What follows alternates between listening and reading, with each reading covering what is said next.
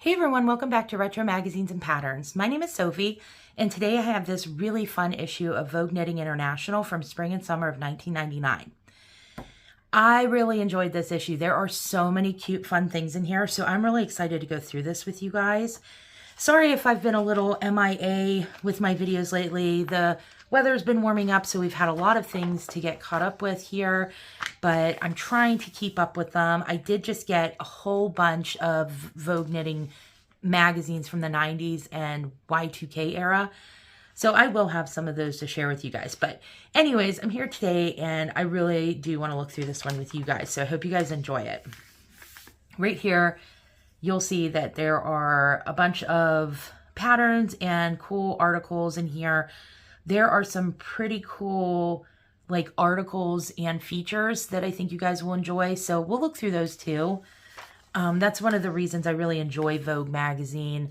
It's like a very, it's really geared towards helping you to really fine tune your craft, which if you enjoy, you know, knitting and creating things, you know, when you get to a certain level, you're going to start looking at, you know, ways to polish them off, make them look professional, really well done. And these kind of magazines really give you a good handle on ways to do that. So I've noticed in a few of these 90s Vogue Knitting magazines, there's some Adrienne Vittadini yarn ads. And I just wanted to point out that I love the stitch definition in these. If you're somebody who appreciates a good defined stitch, I think that you will also appreciate these ads because the yarn looks so lovely. So here we have some cute, you know, just little bits and bobs, you know, definitely set out like a classic 90s magazine. Just some little pieces over here. They talk about like chart tracking. I currently have a chart tracker that is like a metal board with magnetic strips, and that helps me. This one looks like you may just kind of like pull it through. So that's a really cool one. It's got the gauging on the side there. And this was 1999. So, you know, I think they were worried a bit about Y2K still at this point. Here you're going to just see some little, you know, just some more trends, which obviously are probably not necessarily trending at this point, but it's interesting to see what was.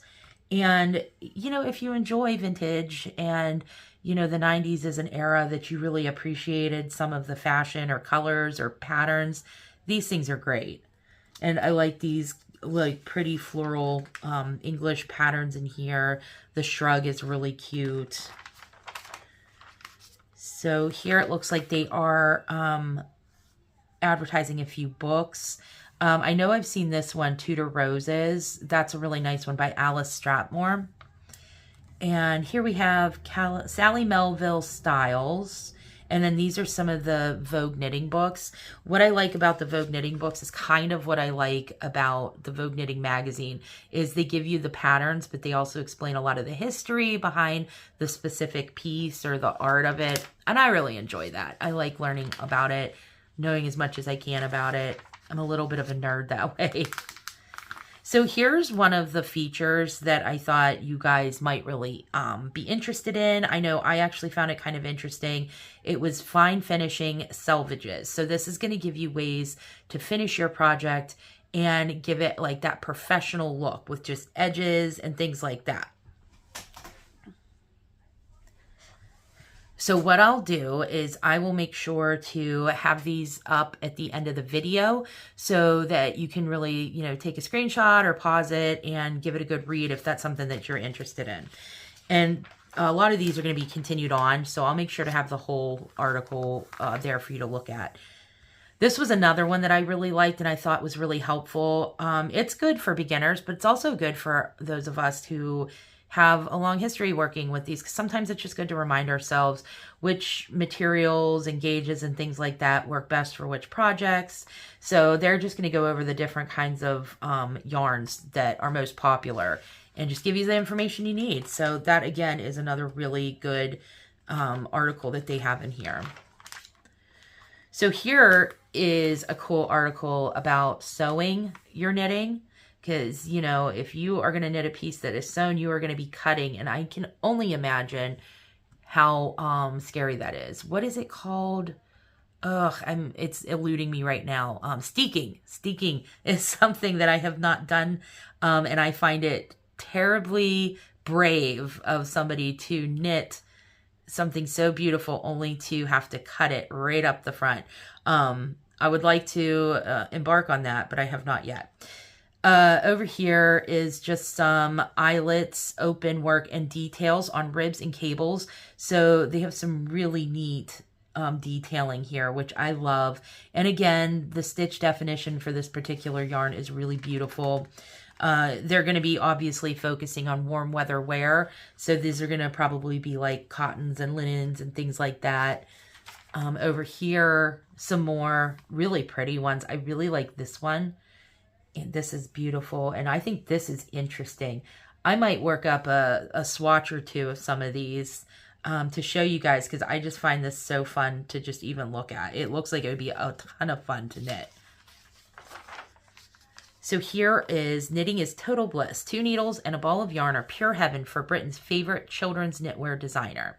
It's a cute little storefront here. And I'm sure if you've watched my previous videos, you've heard me say that even though I have children, I don't really knit them a lot of clothing because they grow so quickly. But it is nice to see that there are those out there that really appreciate that, you know, niche in the art, and they spend some good time making some really cute, beautiful things for children. And spoiler alert, there is some really adorable baby clothes here at the end. Okay, so here we go. It looks like we're going to find some of our first patterns. So first we have the cover girl, this really stunning like rib knit dress. I mean, I can't even imagine the amount of time that would take, but it looks beautiful. Like that would just probably feel like a dream to wear. And then here you have a really nice classic tunic, lightweight, you know, nice for warmer weather, but also good for covering up. Okay, and here's another nice little white summer sweater. I like the little tote bag she has with it. And then here they do bring back some of their older patterns in these later ones to kind of share with you, give it a little bit more life. So this one was from spring of 1963, this nice little shell. And I think that's really pretty.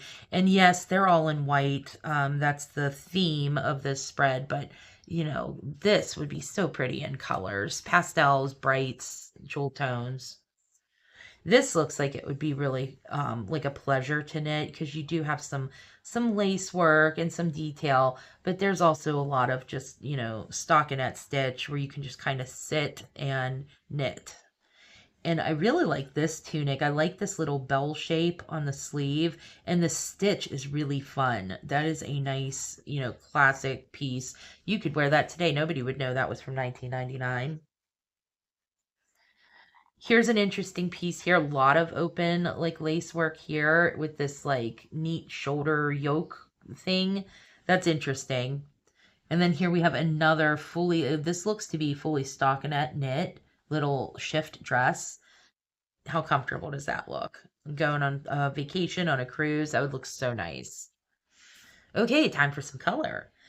So here we have Tropical Punch. So these sweaters are in some bright colors, but you really need to pay attention to the details, because that is what makes these so fun. I love these swirly little cables that just work up into the ribbing, and then you see the contouring up around the chest. It's a really nice piece. I like that color a lot too. It's very like berry magenta. And then this pretty turquoise colored one with this like open work. You got a little bit on the sleeve. Looks like it might be knit from the top down with the raglan. That's really nice. Now, this one I thought was a lot of fun. I actually added this to my list of possible makes. I just like it. I think it's interesting. I like the one shoulder and the toga type of shoulder there. And I like the diagonal direction of the stripes. It's a neat piece. I really do like it.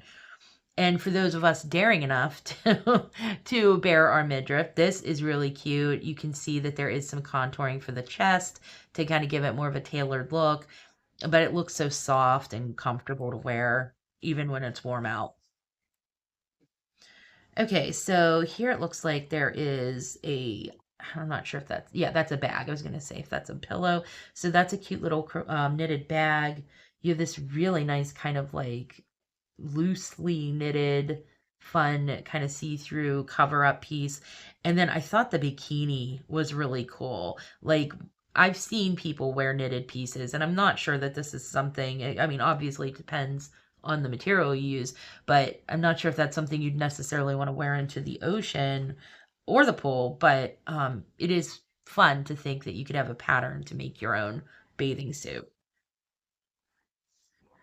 Now this is really pretty. I like this color. It's super close to periwinkle, which is a color I'm really liking at the moment.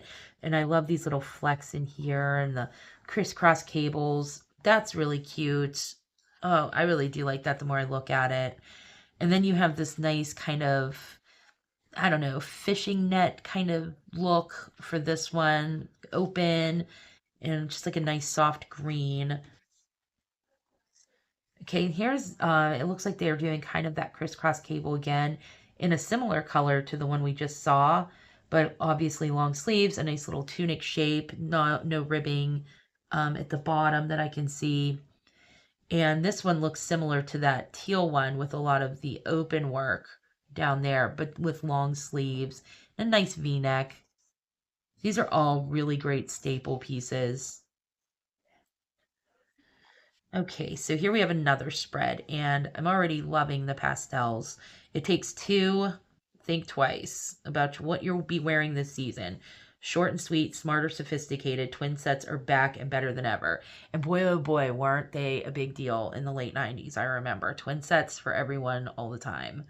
But I really like this cute, I guess it's a tube top with this little ballet shrug. That's a really pretty set. This, of course, is really nice. I'm a big fan of mint green, but I love this kind of look. I don't know if, I think it would almost be prettier in a finer knit, but I mean, it's still a lovely set. So it'd probably knit up pretty quickly. These are really pretty. This is like a twin set, you're going to be able to wear that, mix it up, do different things with it. The neckline is just so pretty. The edgings there, that's really pretty. In fact, I almost enjoy that they did such a neutral color to kind of let your imagination run wild with what you could do with that. And this is really pretty. The violet color I love, but you'll notice they have some embroidery on here. I mean, you could add that to anything and really just make it your own even more. Oh, some other really pretty pieces we have here. Uh, I just, I love the idea of mixing and matching, being able to use them separately. This is really lovely, even by itself. And again, I love this color, but this yarn is so pretty. The pieces are knit up so nice, and you'll see that detail like they were talking about in the beginning in one of the articles, this like open work detailing on the rib knits. So this is so lovely. It's almost like a pointelle. How pretty. Oh, and now we have some patterns. So if you were getting bored with all the plain colors, we have this really fun, I don't know if these are, I'm going to assume these are supposed to be like grapes or plums or something, but that's really pretty. The edge looks like it's actually fringed. Really close up, it looks like it might be just like fringe on that. This is really lovely. If you're looking for a series project, you're going to have lace work, you're going to have color work, but just how pretty is this? Um, I'll make sure that we get a good look at that pattern too, because that's really lovely. The Breakfast Club, look at this. That just looks like the coziest lounge day top. And over here, how pretty you have the neutrals, all this beautiful stitch work and just different. And then the little contrast there of it looks like gray or like a steel blue. Oh, that's so pretty too. I forgot how many great patterns were in here. This is a really great piece. This is all about staying home on Sunday and relaxing, but honestly, that would look great. You could wear that to the office. It's beautiful, and I love the colors on that. This sweater is so nice for a man. I love this little, like, kind of a V-neck, but popped into a crew neck. That's nice. Okay, here are the baby knits that I said were so cute that you might even consider making them, even if you're like me and don't want to necessarily invest in baby clothes.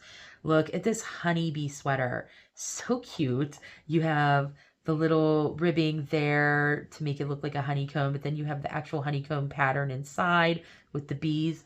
And let's not forget the adorable hat that goes with it. And then right over here, you have the same thing. It looks like a nice like moss stitch or something with this lace work in the middle and all of these cute little ladybugs with a matching hat. So adorable. So if you're like me, and if you're not like me, if you enjoy making baby clothes or you would like to make baby clothes, I'm going to make sure that these patterns are up at the end too, so you guys can get a look at those if you're interested, because I just thought they were so adorable. Okay, so here's the remainder of that yarn behavior and that selvages article we were looking at. Some yarn information. This is just going to be the different yarns that were used in the pieces that we saw earlier. And the stitch guide right back here. These are the patterns. So I'll just flip through kind of slow. That way, if you guys want to take a little look at them close up, you'll be able to. So here we have some charts.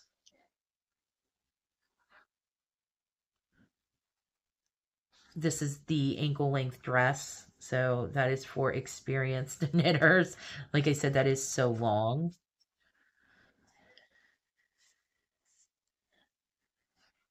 There is the pullover shown in medium on page 31. So it doesn't seem like they, yeah, maybe they do keep them. So it's for this one right here. But that one is slated as being very easy, very Vogue.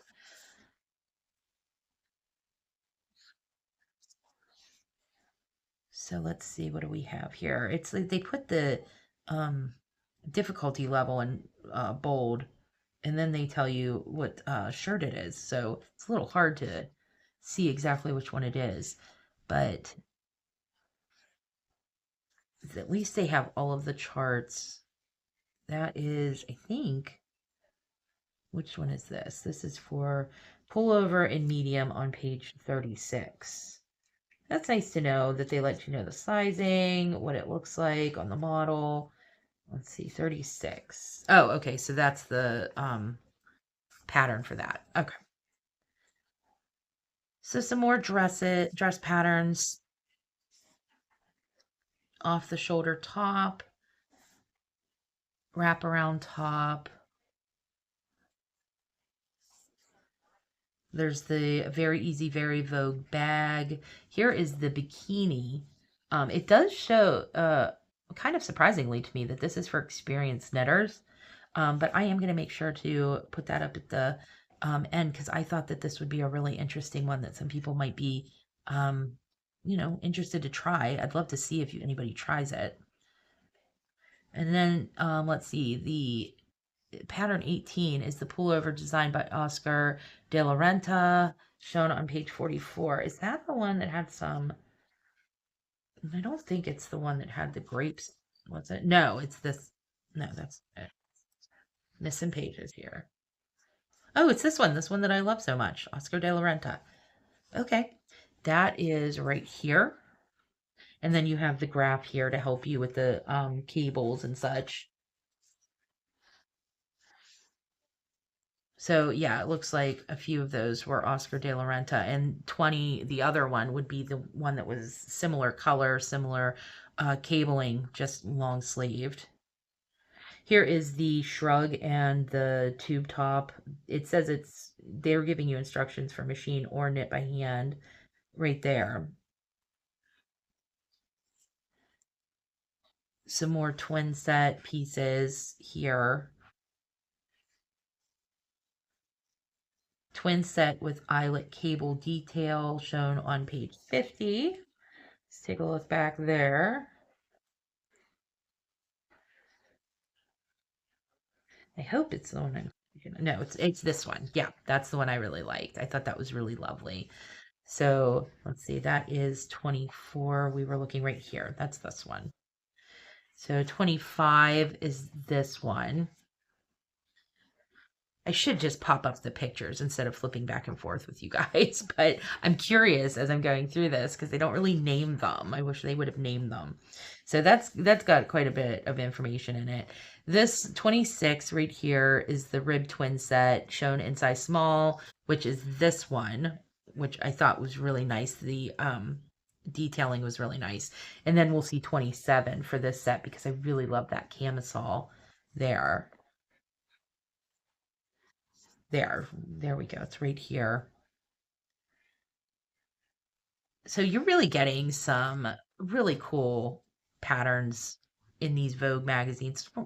Just another reason why I love collecting them.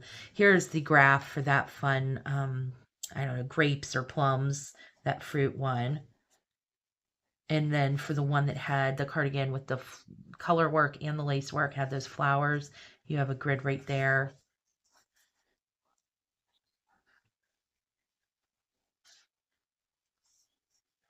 Okay, some more pullover instructions. Here's child's pullover in size 2 with the hat. So this is going to be the bumblebee over here. And it even gives you the cute little, you're going to need DPNs to make the little bumblebee. So cute. And then here is the ladybug pattern. And there right there is the pattern for the ladybugs. Just again, really cute, some DPNs. So those are all of the patterns. We have some, classifieds and ads at the end. Again, prior to the internet, or right around the time the internet was making its debut, I should say. So these would be no longer that necessary very soon after this was printed. But we do have some websites there in case you were online at that point. I like this little drawing. That's really cute. Okay, and it looks like that is the end of this issue of Vogue Knitting International. And again, this one was for spring and summer of 1999. These are really cute too. It's beautiful. I hope you guys liked this one. If you did, please let me know in the comments below what your favorite patterns were, or if you're planning on making anything. I would really love to see it. But until the next one, I hope you guys have a great day and you make lots of fun, springy, summery looks, and I will see you in the next one. Bye.